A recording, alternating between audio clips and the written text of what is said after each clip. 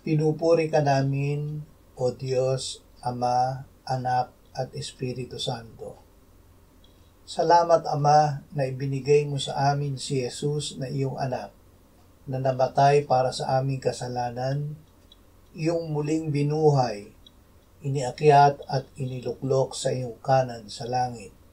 Salamat na ibinigay mo sa amin ang iyong banal na Espiritu, at sa pamamagitan niya ay ibinuhos mo ang iyong pag-ibig sa aming puso. O Espiritu Santo, kami ay iyong puspusin. Akayin mo kami na magsalita sa isa't isa sa mga awit at mga himno at mga awiting espiritual, na sa aming puso ay nag-aawitan at gumagawa ng himig sa Panginoon.